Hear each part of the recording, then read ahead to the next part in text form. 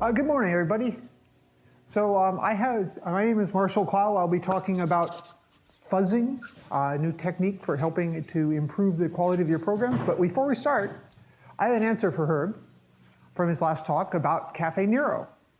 I was talking to people at the break, and I think Jamie was the one who actually came up with the right idea. And it goes back to a pair of Swiss mathematicians from the 17th century. The reason that metal block is up at the top is because when the wind blows, the doors open up, open outward, and then when the wind stops, they swing shut. The Bernoulli brothers discovered the Bernoulli effect, which is why if you stand next to a train when it goes by, you can get sucked under the train. So the moving air creates a lower pressure, and the air pressure inside the shop will push the doors open. And so that's why they put that block of metal up there on the top to keep the wind from blowing the door open. But the handles on the doors are still wrong. Anyway, all right. Making your software more affordable or more reliable with fuzzing is the title of my talk. We'll start with the about me, because everything's all about me all the time. I'm the most important person in the world. Apparently, according to Herb, that I'm no longer mortal, which is like, at least I got that going for me. Anyway, I've been working on LLVM for about 8 years. I'm the co-donor for libc++, the standard library implementation for LLVM. I've been working on Boost for now, coming up on 20 years. I'm the author of the Boost.Algorithms library. I help out with a bunch of other things in Boost. I've been a release manager and a mailing list administrator and member of the Boost steering committee and done a whole bunch of things. I've been attending BoostCon, which is now C++ Now, since the beginning. That's a very fun conference. If any of you have a chance to attend, it's in Aspen in Colorado in May. It's kind of a long way from here, but it's a very fun conference. I also am the chairman of the Library Working Group and the Standards Committee. We just finished up a productive but grueling meeting last week. And so yesterday was very much a recovery day for me. I have various ways of getting a hold of me. MTClow or mclow tends to find me on many services. Marshall is another one. Anyway, you can find me all over the place. I am actually on Twitter on MTClow, but I wouldn't try to reach me there because I don't read it very much. Anyway, well, let's talk about fuzzing. What is fuzzing? So we'll start. You're supposed to start a talk with a story. So I'm going to give you a story. Many years ago, I wrote a simple routine that took a floating point input and returned one of several enumeration values, some information about the floating point. You think of FP classify in the C library, right? It tells you if the floating point is 0 or negative or positive or not a number or positive infinity or negative infinity. There's like 8 or 10 values that FP classify can return. And so I was thinking about testing this application and what should I do? I should do 0 and maybe -0 if the floating point format supported it. And 1 and -1 and 100 and -100 and a couple of nans and so on. I was thinking about this, what are the values I should test? Because I want a comprehensive test. I've convinced myself. And then I realized computers are pretty powerful and CPU piles are pretty cheap. And really, there are only 4 billion different single precision floating point numbers. Why not test them all? And so I tried it. This was several years ago, and it took about 20 minutes on my machine of the day, which was not a particularly powerful machine. And I said, okay, now I'm convinced that it works. At least it doesn't crash, and it gives sensible results on all these values. And that was great. Obviously, that doesn't scale, right? If you take 1 byte of input, there are 256 different values. 2 bytes, there's 32,000 different values. 4 bytes, there's 4 billion. 8 bytes, well, obviously that's not going to finish in the time we have left to us on this planet. Although now that I'm immortal, maybe it will. But anyway, so what is fuzzing? Fuzzing came out of that realization, not by me, but by a bunch of other people, that we're living in a day where we are awash with compute cycles. I blame Google for that. But they're not the only ones. Google and AWS and Azure and so on will happily sell you just huge steaming piles of CPU cycles for not very much money. Anyway, so what do you do with fuzzing? The way fuzzing works is you generate some random inputs. That's very unspecific, and it's meant to be. And you throw it at the software under test. If you read the academic papers, they really do call this, they call it SUT as an acronym for software under test. But you pass it somehow to the software you wish to test, and you observe the software. Did it misbehave? Well, what does misbehave mean? There's a lot of wiggle room in that. But early ones were really simple. Did it crash? Okay? But did the software misbehave? If it did, remember that input. There's probably something you want to investigate there. Permute the input and try again. And repeat. And repeat for as long as you have patience or CPU cycles for, or until, the universe ends in Heath-death or something. That's fuzzing. Okay, and that is the end of my talk. Thank you very much. Okay, no, there's a lot more you can do than that, but this is the basic idea of fuzzing. Okay, you give lots of inputs to your software. All right. Why do we want to do this? Why? What's the important thing? One, software lives in a very hostile environment these days. When there are contests for breaking software, there are pwn-to-own contests where there are significant monetary prizes for breaking software, because that's cheaper than competing with the various black hats of this world who will pay for exploits. Error paths are frequently where people find exploits, and they're hard to test. It's hard to test all the possible error paths through your software. And as I said before, CPU cycles are approaching free as a limit. If you want something to do like protein folding, right, where you need a couple 100,000 cores running for days, well, okay, maybe they're not free. And like I said, Google and Azure and AWS are making lots of money selling these CPU cycles for almost nothing, and that's fine. When I was at Qualcomm many years ago, we had a company come to us and demonstrate fuzzing on a Bluetooth stack. And basically what they would do was exactly what I said before. They had a set of inputs, and they'd basically send a Bluetooth command, a legal Bluetooth command to phone, and watch the phone. And the second one, and the third, and they were demonstrating their testing services. And so they asked to borrow somebody's phone, a phone that Qualcomm had built with Qualcomm software on it. And they said, well, let's just see what happens. Donk, donk. And about the 20th input, the phone fell over and rebooted. Anyway, so this was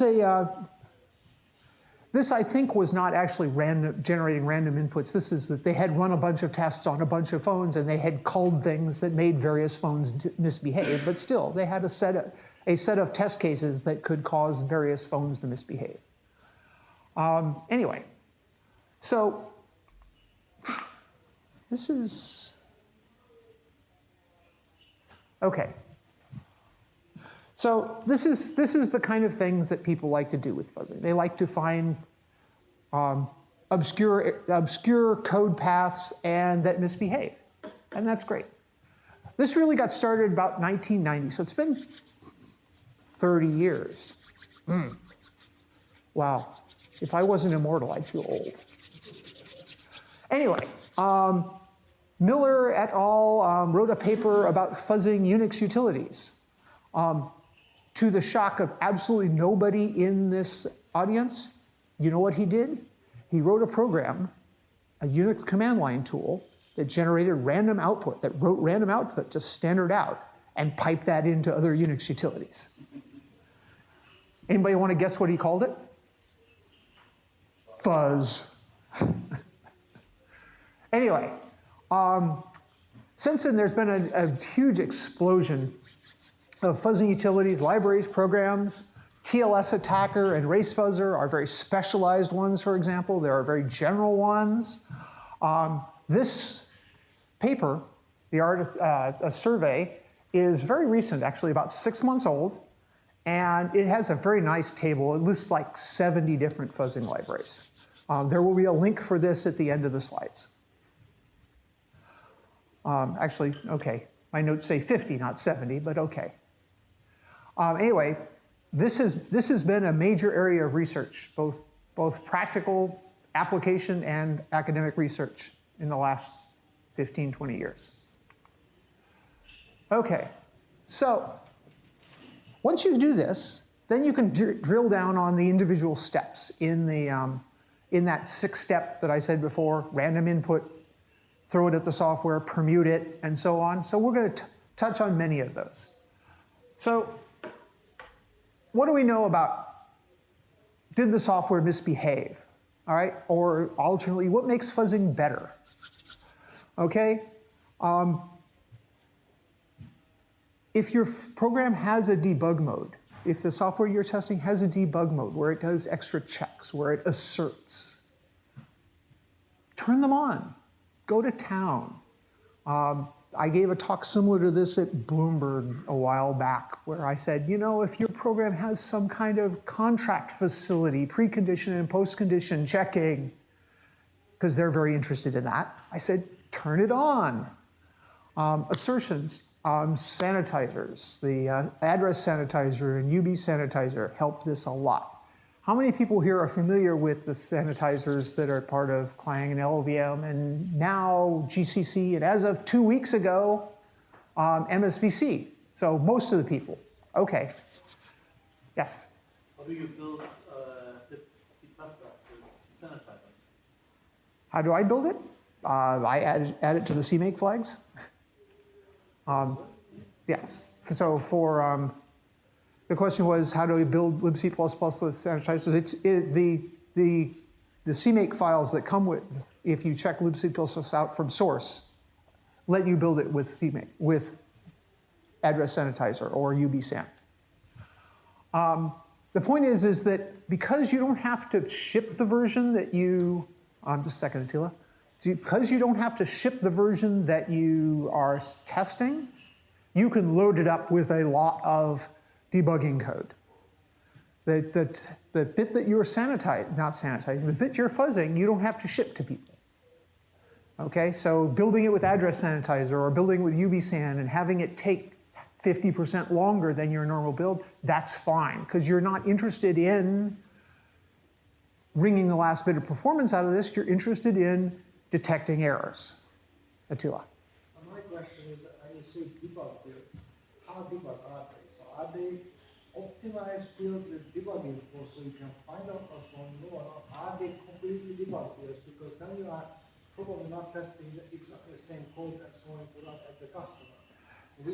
Which one is, in your experience, the best combination to run with fuzzing? So the question is, when you're fuzzing something, do you want to run a full-on debug build, which is easy to debug the failures, or do you want to run something that is optimized with debug, which might be closer to what your customers are seeing? And in general, I would run the debug builds because you're looking for logic errors here. You're not necessarily looking for code gen errors or something like that. But there's nothing that says you can't run the debug plus optimized ones, because when you get a failure, you're going to have a set of inputs that you could run, you could pass back, you could test again on a non-debug build and debug it there. So It depends on you. It depends on how much you want to debug it up immediately when it happens, or do you want to be able to set up a separate system to debug your failures. Either one. The important thing about a failure is that you get an input. You get an input file, an input sequence that causes your program to fail, and that hopefully you can reproduce that. You get the button to push. Yes, you get the button to push. And in my experience, address sanitizer is the bomb for this because it makes hard to reproduce failures reproducible every time, right?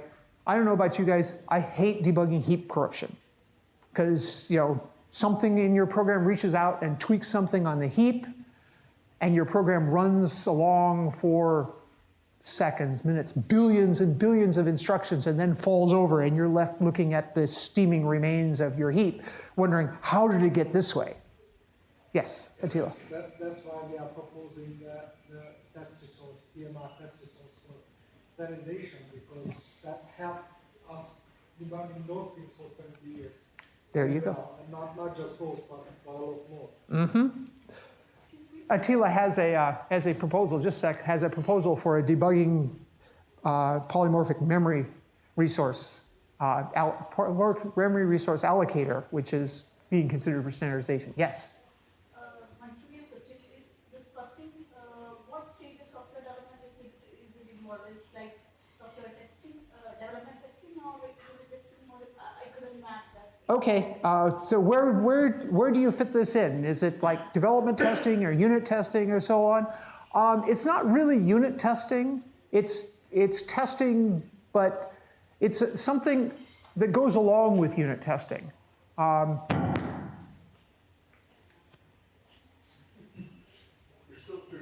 still looking for more. That's too bad. Tell you what, why don't you hang on to, so I have some examples coming up later, and then if you're still a little unsure, then come and ask again, okay? Because hopefully the examples will make it clear. Okay, anyway, you can go to town on this, like I said, because you don't have to actually ship it. Anyway, so for the early fuzzing programs just generated random inputs and threw them at the software under test, and that found a fair number of bugs. It was kind of interesting how much it found, but it seems kind of inefficient. And there's no guarantee that you will actually adequately cover your problem space. And then you ask, well, what is the problem space that you're looking for? And the answer is that it's really what you want to do is you want to exercise all the code paths in your program. If you think of all of the different code paths, all the different ways you get through it as an execution space, you want to get through all of those. Random inputs there might be whole chunks of the code that it never gets to, or maybe never gets to in finite time. So coverage-guided fuzzing, which is what a lot of fuzzing libraries are using these days, use code coverage information.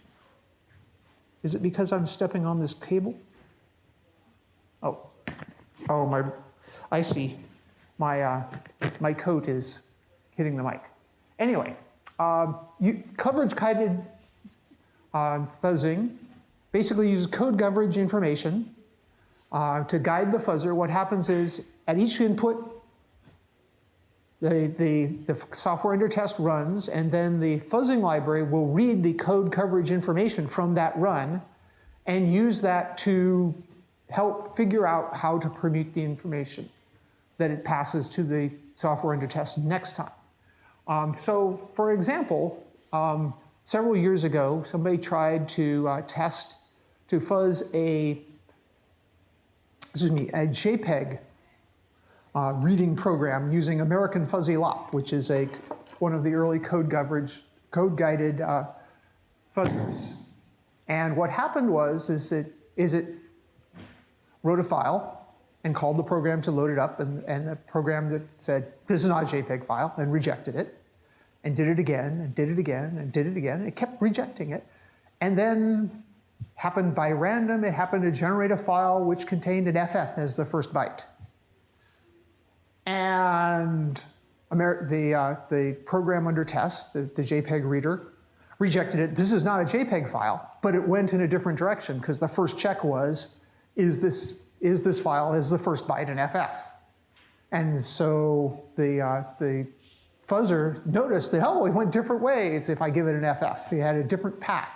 And it went along, it used that information to produce other things that started with FF, and it started exploring other code paths.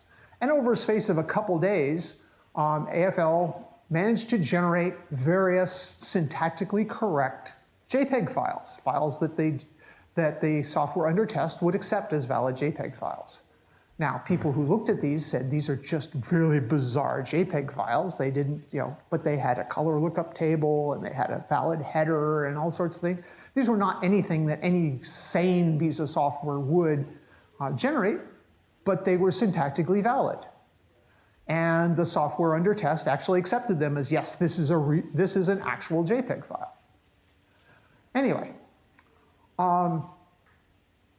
so in this talk, I'm going to talk about two different coverage-guided fuzzers. I'm going to talk about AFL, American Fuzzy Lop, and named after a rabbit, and Clang Fuzzer, Lib Buzzer, which is part of LLVM. Anyway, so let's talk about AFL. AFL is named after a breed of rabbit, which is kind of interesting, but I think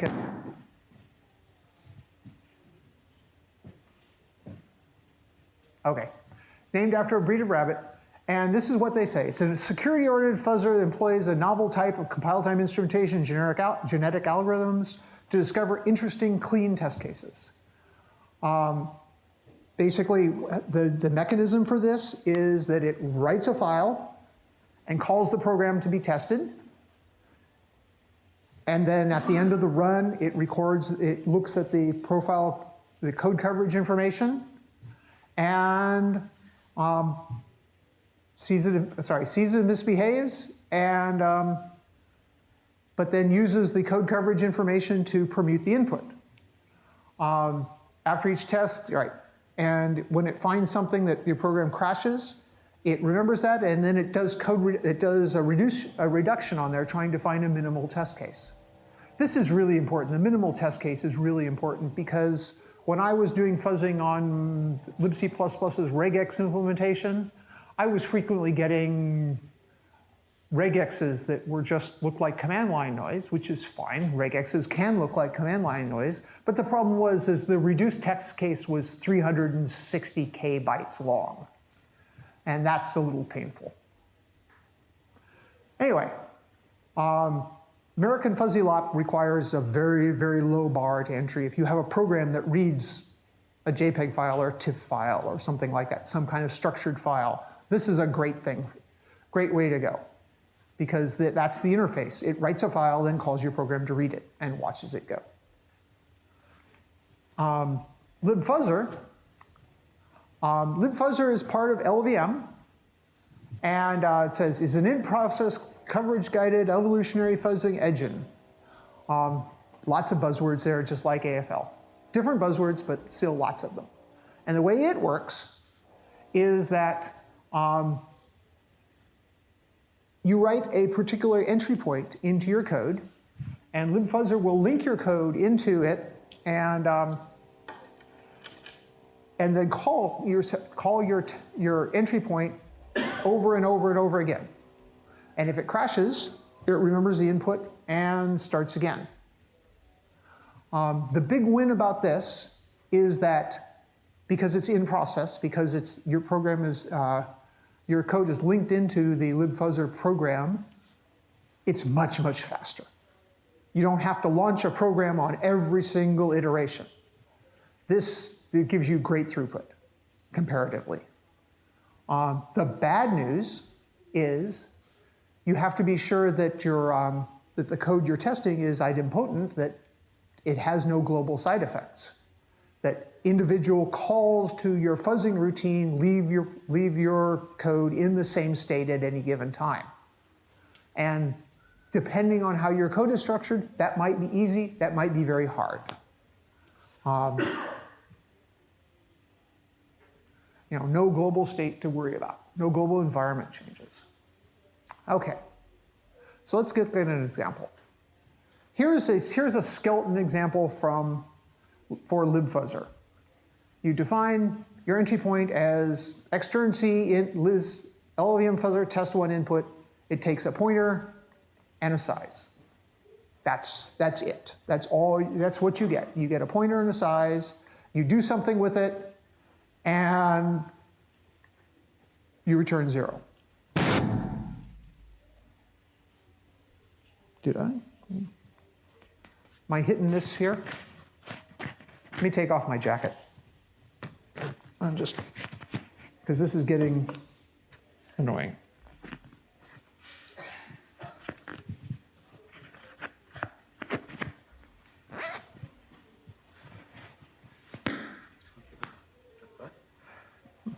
Testing 1, 2, 3. Can everybody still hear me? Sorry about that. Anyway, so yeah, you passed a set of unstructured data. That's all you get. You get pointer and size.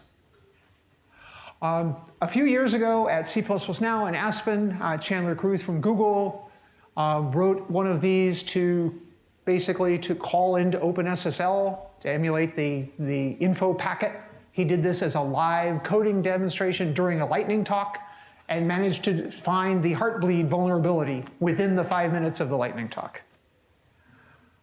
It was actually quite impressive. It took about 25 seconds of Lib Buzzer time to find it.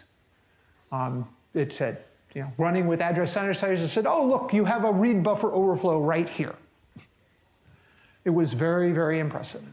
And we could only have wished that somebody had found that a couple years earlier. Anyway, but you can do whatever you want in here for this. And this is how you build it. You just say -G, I like for easy debugging, sanitize fuzzer. I always add address when I do this because then you get to you get better reports when you overrun a buffer. MyTarget.cpp being this file, and then you just run it, and it goes on, and it will run for as long as you want. Actually, let's back up for a second and talk about a few months ago, I had to write a UU encode decode library, and in particular, I wanted something that was stateful, something that you could process a bunch of stuff and then pause it and continue on. My use case was I was downloading a file or I was uploading a file to a remote server and UU encoding it on the way. Actually, sorry, not UU encode, base 64, but a similar kind of thing, okay? And so I get a buffer full of data from the remote server, and what I didn't want to do is I didn't want to buffer this possibly very large file all in memory or spool it all to disk, and then when it was all done, unbase 64 it. What I wanted to do was base 64 it as it came off the network and then write the decoded data to the disk. And this turned out to be not very hard to write. There were a couple little objects. They had to remember a little bit of state, like 4 bytes. And then the rest of it was a pretty straightforward base 64 encoder and decoder. So I wrote them, and I hooked them up to, wrote some tests, and they all seemed to work, and I hooked them up to the fuzzer, the decoder, up to fuzzer, and basically said, let's watch this go. And what I did for the decoder was I took this data, and I attempted to decode it, and if it decoded successfully, if it was valid base 64, I then re-encoded it into another buffer and compared to make sure I got the same data back. Okay, and I ran it, and it ran about 2 seconds, went boom, and showed me a test case, said, oh, you misdecoded this sequence. And I looked at this, and I looked at this. Oh, right here. And I looked at my lookup table for the various bits of base 64. I said, oh, I had a typo in the lookup table. add that case to my test suite, run my tests, watch it fail, fix the code, right? Start the fuzzer again, rebuild the fuzzer, start it again, boom, fell over again. This time it found another place where I had a typo in a table. But after I fixed those two, it ran overnight. Ran several 100,000 different test cases through it. And at which point, I was not convinced that my base64 encoder and decoder were correct, but what I was convinced was that it was well behaved and the encoder and decoder were consistent. That something that the decoder could decode, the encoder would encode and get the same, you could round trip them. And so then I turned the fuzzer around and tried, I would encode the data and then decode it and make sure A, the decoding was successful, and B, that that it was the same bytes. And now I have a base64 encoder and decoder pair that do exactly what I want, and I'm very convinced that they're solid. I have a bunch of unit tests that convince me that they're correct, but at least I know they're solid. Anyway, so here's a more interesting one. Here's a smaller one, one that will fit on a slide and does something interesting. So I have a helper function called isEven, right? It takes a uint8 and returns true if it's even. That's pretty easy. And here's my test one input entry point. So what do? I make a vector, I take a vector, I make a copy of the data, and then I call partition on it. Partition the data using isEven as a predicate. Now, for those of you who remember what partition does, the standard library call partition does, is it rearranges the data so that all of the elements that match the predicate, for which the predicate returns something which is convertible to true, comes first, and everything that does not match the predicate comes afterwards.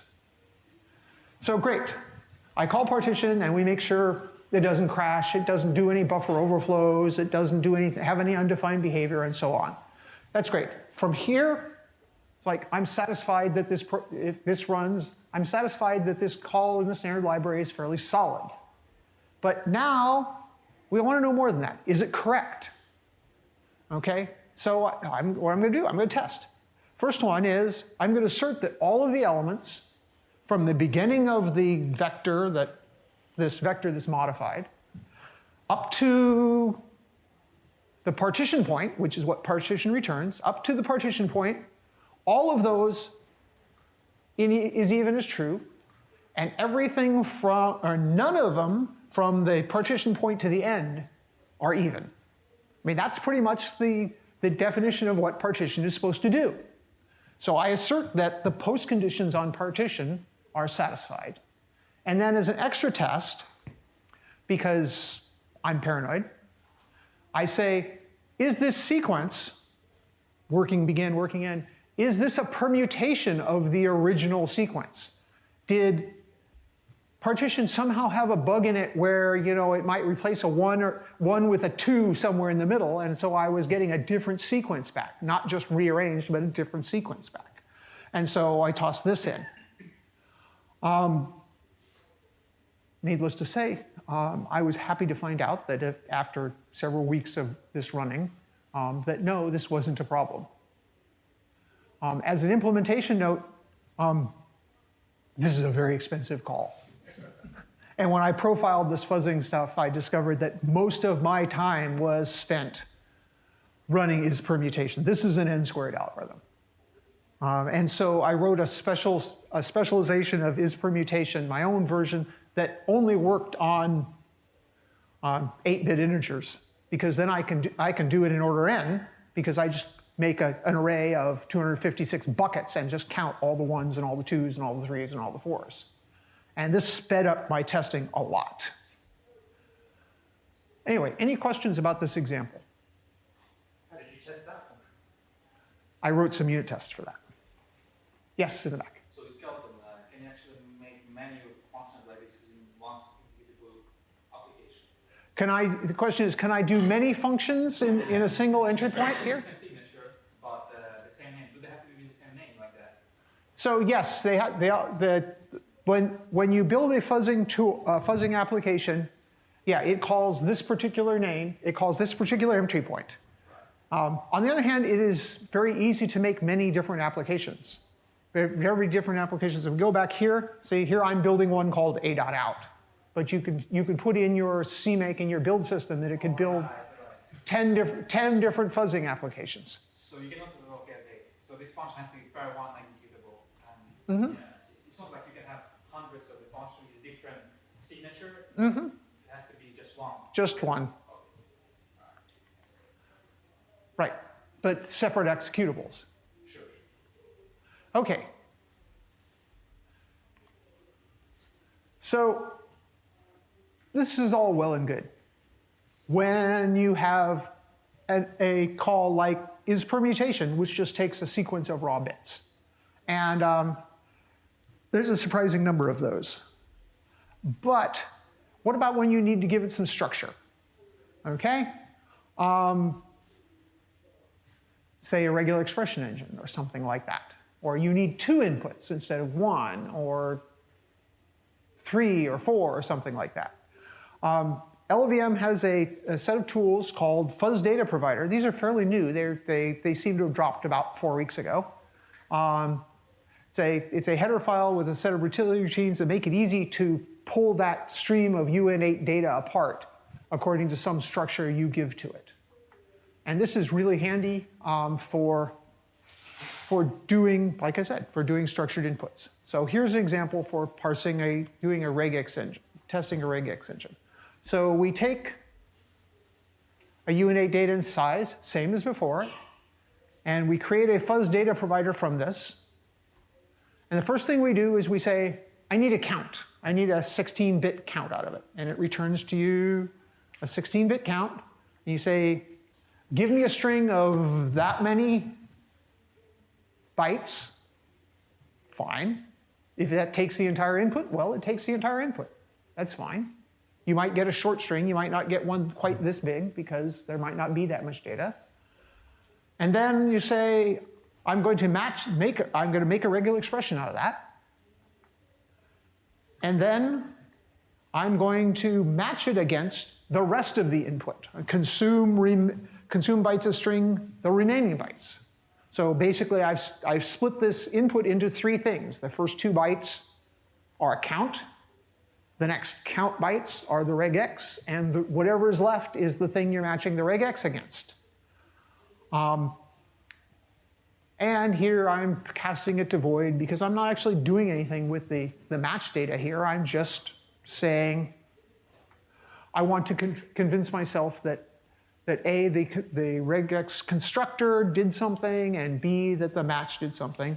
And I had to wrap this in a try block because if you pass a invalid string, a string which is not a valid regex to the regex constructor, it will throw an error.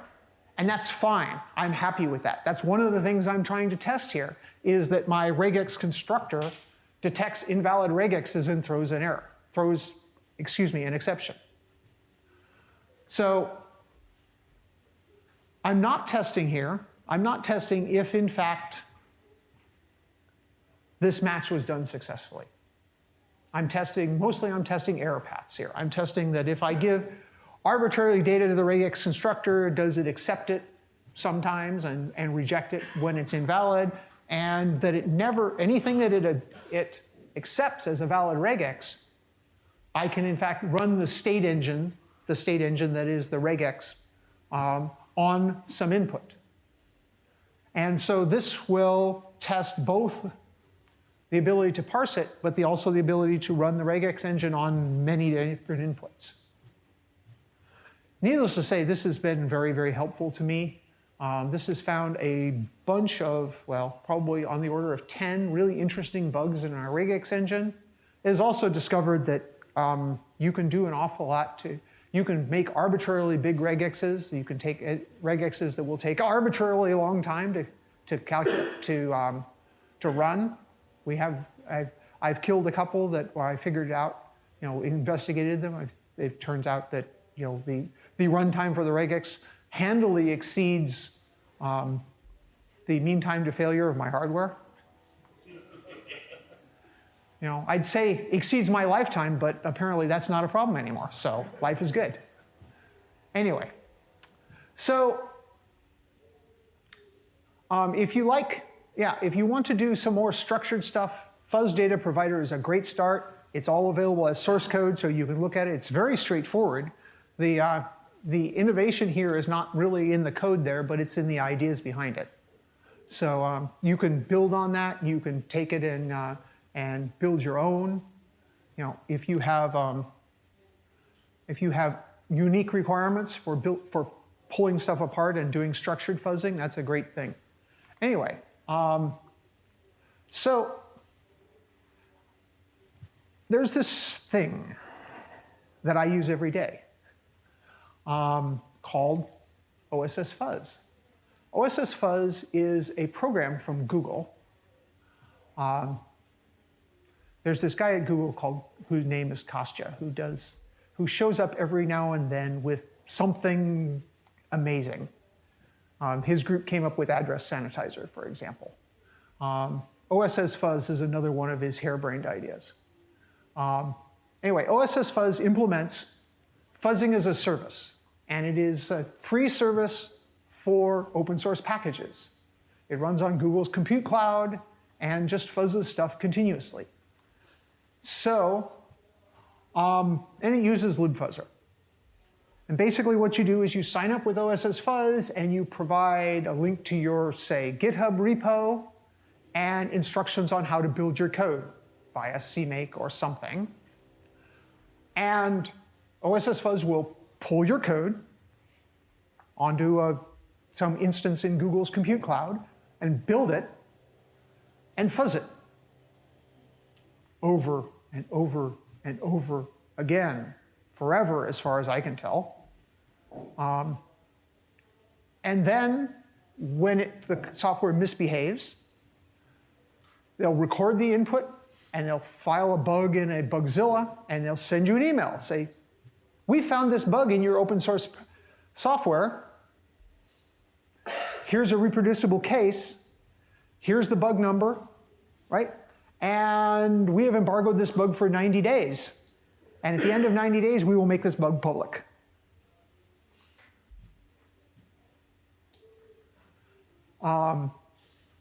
This is a great thing. I mean, this is what they call in various places, this is a force multiplier. This lets you, they're providing, again, free CPU cycles, and lots of them, to do this thing, which takes a lot of CPU cycles. If you have an open source package, this is a great thing.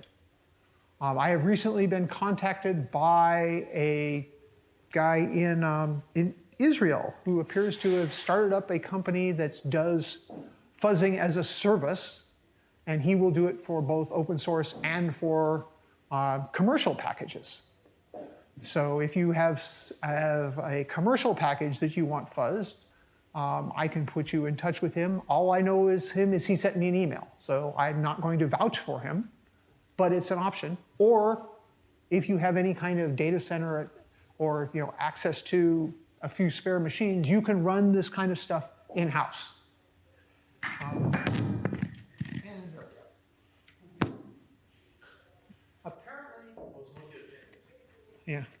Apparently I am unable to operate a clip-on microphone successfully. Well,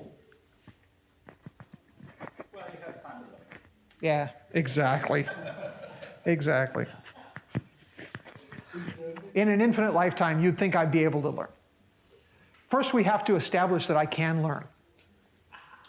Anyway, if you have an open source package and you have not too arcane a build system, then yes, OSS Fuzz is great for this.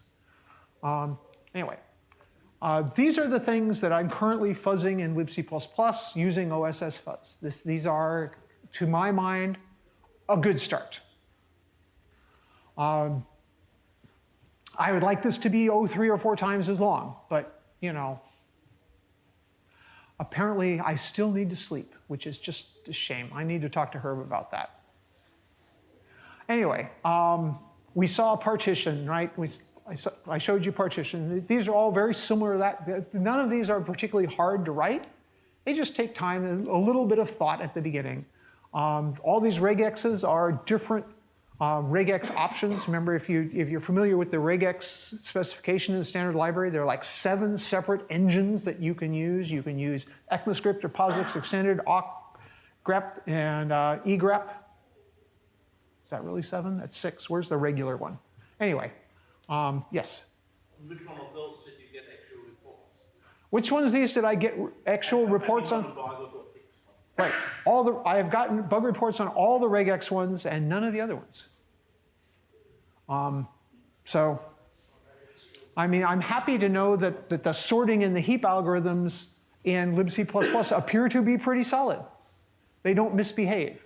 You know, I have other tests for correctness, but at least they don't misbehave. And search as well. But, excuse me. So, a couple of the things that I get a lot of from OSS Fuzz is OSS Fuzz has a couple of heuristics. If you have a test that takes more than 30 seconds to run, they will kill it and report a bug as like, it's hung. I had a couple cases in like the sorting stuff where my is permutation test was taking more than 30 seconds. The is permutation check was taking more than 30 seconds, and so that's when I rewrote to use a custom is permutation. And the other thing is if you have something that uses more than, I think it's 2 gigabytes of RAM, they will say, yeah, you're out of memory, sorry, die. And it's not really that hard to get a regex that uses an arbitrarily large amount of memory. Just keep pushing stars and pluses on the end of the regex. It's not necessarily that it builds a data structure that's big, but as it's trying to match things, it goes off and does a whole bunch of data allocations. Anyway, there is another open source project at Google called ClusterFuzz. ClusterFuzz is in fact the infrastructure that Google uses to run OSS Fuzz, but it's open source. If you have, a collection of machines that are sitting around not doing anything more important, and you want to set up an internal fuzzing infrastructure, you could do way worse than this. You can bring this in-house and set it up and fuzz all your commercial proprietary stuff without actually sending it out to somebody else. Since I used to work at Qualcomm, who I think of as like the king of paranoia sometimes, they would have been very interested in this. Depends on how proprietary your code is, how important that is to you. And how important correctness, or not correctness, but stability and performance is to you. Anyway, so let's talk a little bit about future directions in fuzzing. Okay, because this is an active research area. I talked a little bit about structure-aware fuzzing. It would be nice to be able to like automatically build fuzz targets given like a structure definition. And people are working on that. The whole the fuzz data provider stuff is like a first step down that road. People are actively looking at this. You should probably, if you're interested, you should probably be searching literature, seeing what people are doing. The other thing, the thing I've wanted since day one, is some way of fuzzing protocols, network protocols. Go a little ways down in network protocols, do the first 3 steps, and then go nuts. Again, people are doing a lot of research on this, but I haven't seen any general thing. Attila. My question is, do you think that this fuzzing could go a little bit more out of just software? Maybe software-driven things or things that can be emulated by software? I know about one situation where a whole country's telecom network came down because of one thing, or the big the big blackout that happened like twice on the east coast of the United States, or could could fuzzing be used to test over an emulated I don't know, Power grid or something? Power grid or an emulated set of roads that you have in your city, and you would like to figure out, is it possible to get a grid road that will take a day to clear up or something like that? Because that can result in like people dying. Yes. Ambulance can't get to places. So it would be interesting to yes. see. So did everybody hear Attila's question well enough? Or do I need to repeat it? For the recording. Sure, for the recording. So Attila asked is basically, could this be applied to other things other than software, in particular real life things that can be emulated with a piece of software, such as say a power grid or a road system or a phone switching system or things like this? And the answer is, in theory, I don't see why not. It depends on how clever you people are in designing the fuzzing inputs, the things that translate, just raw fuzzing inputs into actions on the system.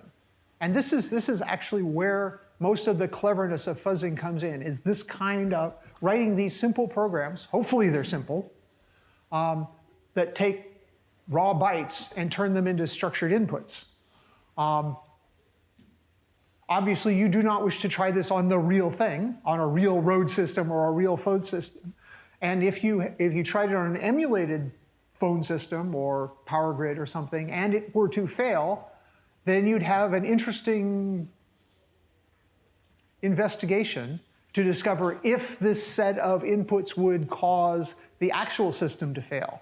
And the question is the bug in the actual power grid, or is it in the emulation of the power grid? And the value of the fuzzing would really depend on how good the fidelity of the emulation was. Titus, and then I'm afraid I don't know your name. But speaking of fuzzing applied to not quite software things, if I remember correctly, fuzzing was one of the ways that we discovered unusual, undocumented, arguably backdoor opcodes in CPU design.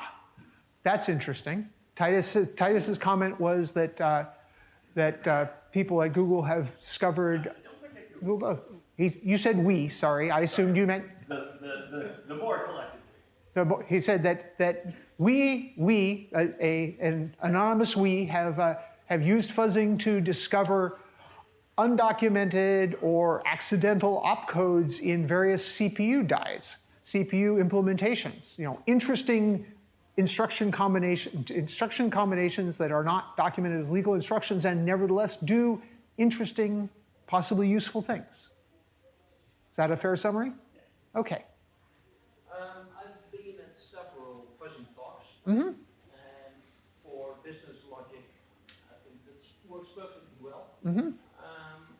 I'm doing also a lot of GUI work, using, for example, Qt. Mm-hmm. And then I think it's getting more interesting how to apply fuzzing in that way, because also an application keeps on going, Mm-hmm. as an end-user application keeps on going.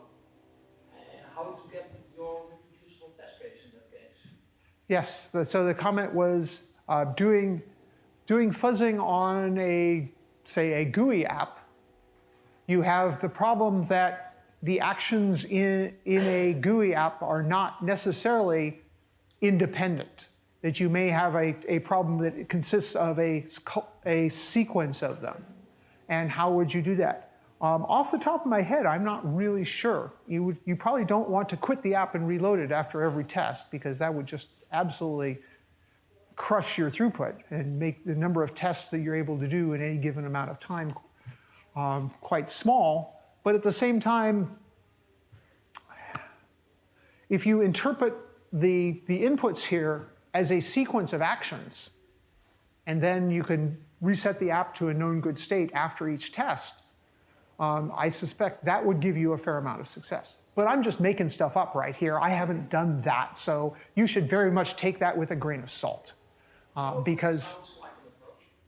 yes. We tried Studio, the shell. We can pass it just a long sequence of commands and just keep running. Like, you can watch the mouse actually moving as it's doing it and everything, and just, if it crashes, we've Got a bug. got a bug. Yep. I remember a long time ago, I used to get bug reports from testers. This was a long time ago. It was like in the early 80s. They say if I do F5, F7, F3, escape, F5, escape, F3, Q, X, escape, 7, then it would crash. So it sounds like that the Visual Studio team is doing something similar, that they're interpreting this as a set of either mouse movements or clicks or UI actions, basically, and going from there. Yes, Attila. About restoring the program state, maybe something similar could be used as compilers are using to create the precompiled headers. When you have a known state, you just dump yourself to disk, and then you might be able to, with today's SSDs and everything, you might be able to restore yourself to a known state much faster than The quit and relaunch. yeah. So Attila's comment was that if your software has the ability to restore itself to a known state, then that might be much faster than quit and relaunch every time. But it depends, and also the question is that how does the profiling information get recorded there? And so you want to be sure that that information gets back to the fuzzer so that it can do the guided things instead of just random stuff. I mean, because if you just want monkey testing, well, you don't need a fuzzer, you just need a random number generator. Just generate random bytes, an unending sequence. But then you're back to fuzzing based on the early 90s, which is unlikely to actually explore all your paths. In the back, and then you. Who is first? Either one's fine. Okay, back to my question. Yes. So what I understood from your examples is like, one example you have told about is even, it's like a function which we are testing. Yes. Okay, and the next example is a encode decode, which I understood is a system. What, this one here? No, I'm The next example? giving you the examples which you told. Uh-huh. To conclude what which stage person fits exactly. So this I understood is the function which we are testing. Right. Right. So, And go ahead. okay, next example was a JPEG encode decode, right? Then, It's like a system, right? Or some application which we are testing. right, the next example that I actually had code for, was the regular expression thing. The encode decode I didn't actually have any code for, I just described it. Yeah. Sorry. The base 64 encode decode, I was just describing it. I don't actually have any code up here for it. But Okay, but encode decode application also you have first, right? You tried parsing that application. yes, I wrote something very much like this, except I replaced the code in the middle to do something different, to take some data, encode it, and then turn around, decode it, and make sure it was the same. Okay. So my question is like, that means it can be applied anywhere, right? For testing a function or testing a module or like testing a system. Is it correct? Yes, if you can figure out the right place to hook it in, where you can take some data and run a test, it can be done. This is a very, very small test. This is a single API call, but you could do it for a subsystem or anything larger, as long as you can identify the right entry point. There's nothing that says it has to be a single, just a single algorithm. Okay, so that data sets we need to provide or like fuzzer will automatically provide? The fuzzer will provide an unending series of data sets, and it will discard them along the way until it finds one that causes your program to misbehave somehow, and it will remember that and then keep going. And so what you'll end up with is a set of inputs that cause your program to misbehave. And the nice thing about that is then you can write a program that looks very much like this and feed those individual inputs into it and debug them. And my last question, can we first library, like Lib Buzzer, can we first that Can you fuzz Lib Buzzer? Wow, how meta. I don't know. Part of the thing is that Lib Buzzer doesn't really have very many inputs. It's pretty much just entirely outputs. And so to fuzz something, you need to pass it inputs and have it process them. So I can't think of a way off the top of my head. That doesn't mean it's not possible, I'm not thinking of it. There is a way that you can pass an initial corpus, an initial data sequence to start from, rather than just starting from nothing to Lib Buzzer, and I suppose you could fuzz that, but I hadn't even thought of that. Does Lib Buzzer not read coverage information? It reads coverage information, so you could probably fuzz the thing that reads the coverage information and find out if there are any bugs there. But I don't think that Lib Buzzer actually, I don't know. I suspect that's pretty standard code, and I will ask Kostya if he's fuzzed the coverage information. That's an interesting question. Back in the back.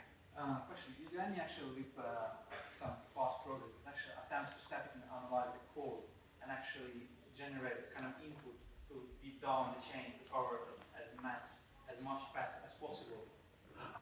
Yes, so the question is there anything in Lib Buzzer or AFL that actually, it doesn't do static analysis. The question is, does it do static analysis of the code and attempt to find as many execution paths as possible? And the answer is no and yes. No, there's no static analysis here because Lib Buzzer never sees the source code of your program, or never sees an AST. What it sees is it sees an executable. But every time it runs a test case, it gets back code coverage information that tells you, which parts of the code were exercised by that input. And it uses that information to devise, is probably the best word, new inputs, and then watches those. And if it sees, for example, that, it went down this path with this new input, it will take that into account when generating the next input. So the goal is that if you let it run long enough, it should eventually find all reachable paths. And this is a great thing because error paths are really hard to test. And tests that test error paths tend to be unstable. As code evolves, tests that were very carefully crafted to trigger a particular error path may not trigger it anymore, or may trigger a different error path. And suddenly you have a pile of code that is untested. And so this will help with that. Is it also possible to narrow it down to speed up the full process? Because imagine the project is massive, there's lots of functions, and the longest path is very high. It might take ages for it to achieve that. Is there a way to kind of still guide it smartly with some constraints? Is there basically asking is if you have a large code base, and is there some way to guard or to be more precise about where you are fuzzing? And I don't know of any way to do that in Lib Buzzer except to choose your entry point. Because you can choose the place to call with great precision because you know your code base. Okay, if you want to test, for example, I don't know, a file parsing routine in this huge application, you can take this data and say, this is the contents of a file I want you to parse. That won't test necessarily, the rendering code or the file saving code or the UI code or anything like that. It will test the file parsing code and the memory management and the error handling and things like that. But in terms of knobs you can twist from the outside, I don't know of any. This is your knob, is deciding what to call. 1, 2.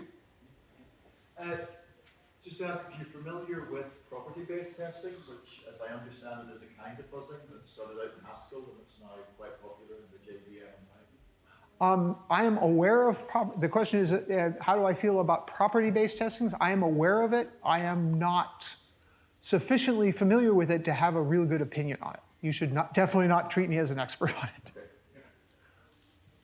Is there a way to make systems call? Because if you're going to test error paths, right? That's often system calls. Mm-hmm. So you put there used to be a tool, I think, 16-bit Windows called Stress. That used to make memory allocations fail after a certain period of time.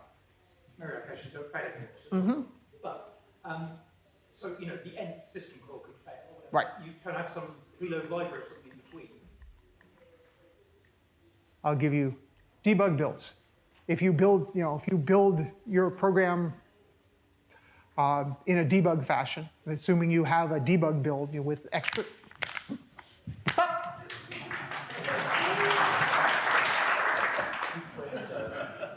If you have a debug build that does extra checking or maybe inserts failures now and then, you can do that. There is, I went to a talk just last year from somebody who was testing wanted to test exception failures, exception handling.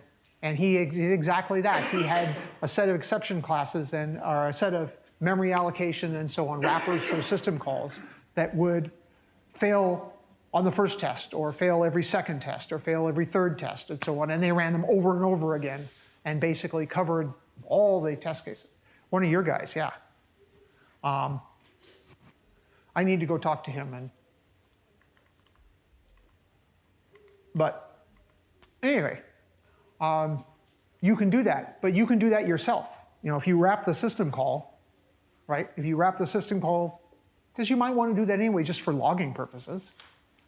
You wrap it, and then you just say every nth fail, and you get a lot of errors that way. I saw a hand in the back. Yes?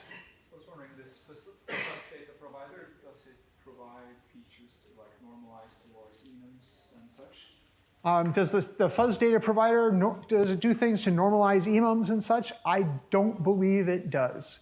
You would have to normalize them to the max value of the enum and so on.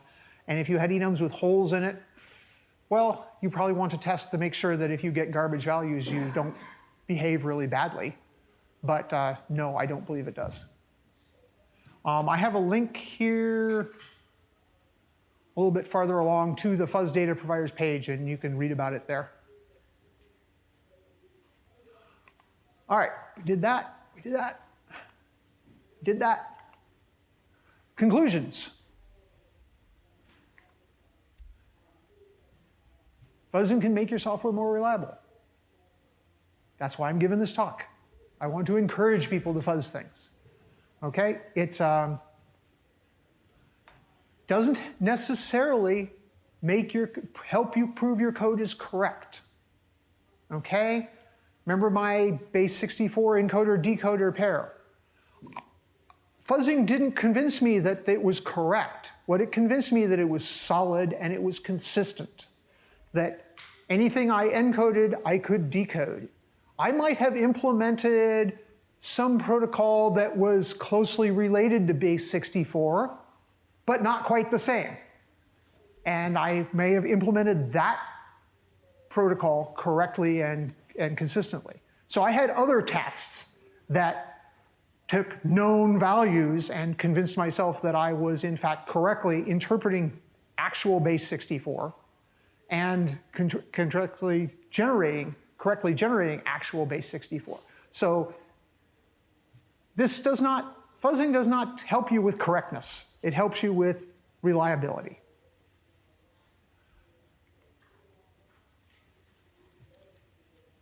Again, it's not a replacement for testing, but it is a great way to find, to help you explore those code paths that are hard to reach otherwise, hard to reach in testing.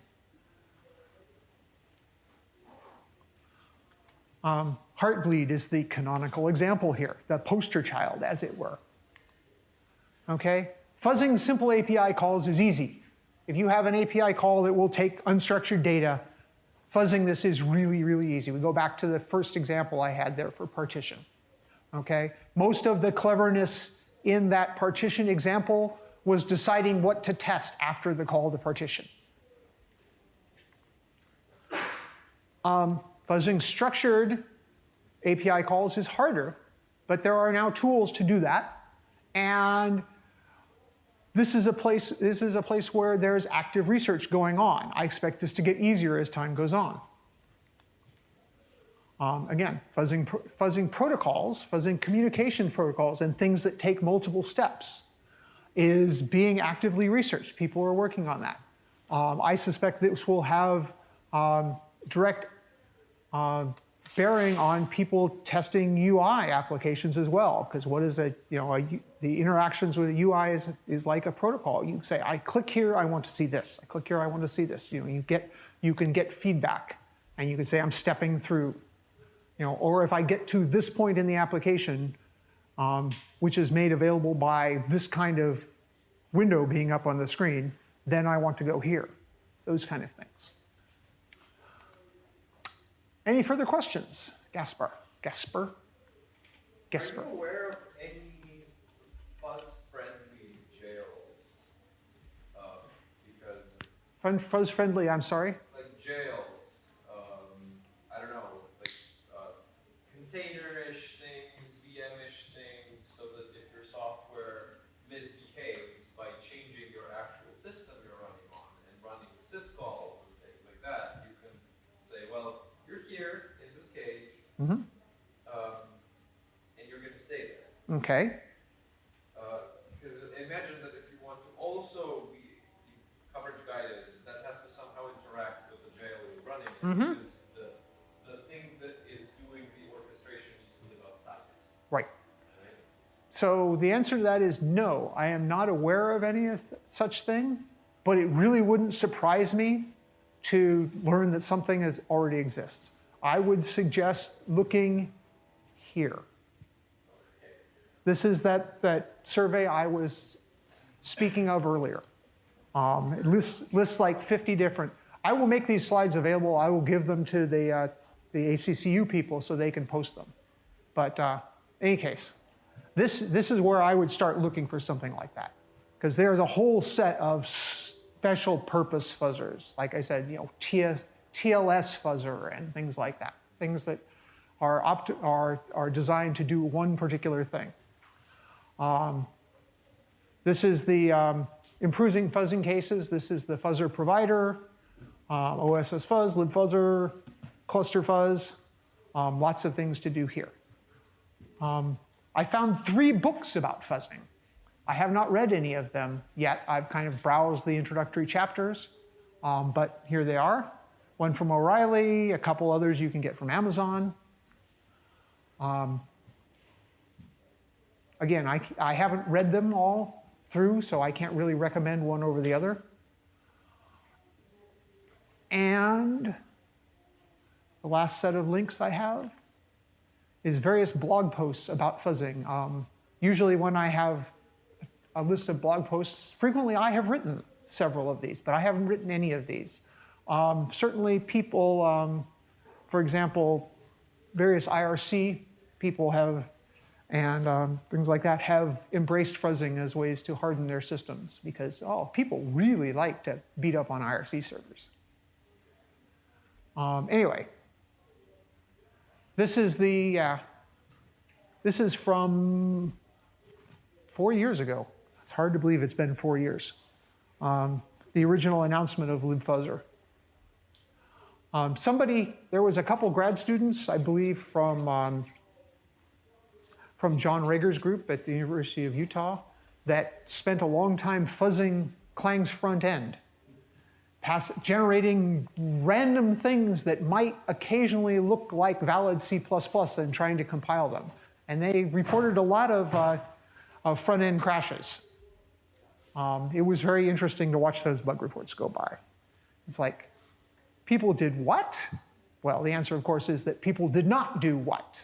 Some random number generator did what, but it caused the compiler to crash. And now the Clang's front end is much, much more reliable than it used to be. Anyway, that's my last slide.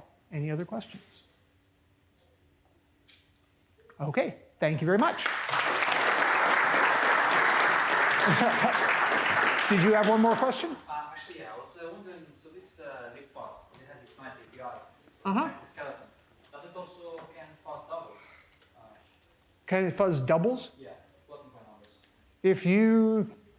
If you want to interpret this sequence of bytes as a series of doubles, there's nothing that stops you there.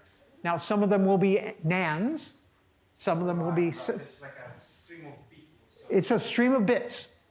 You know, the interpretation is up to you. So yes, you can do that. Okay, thank you very much.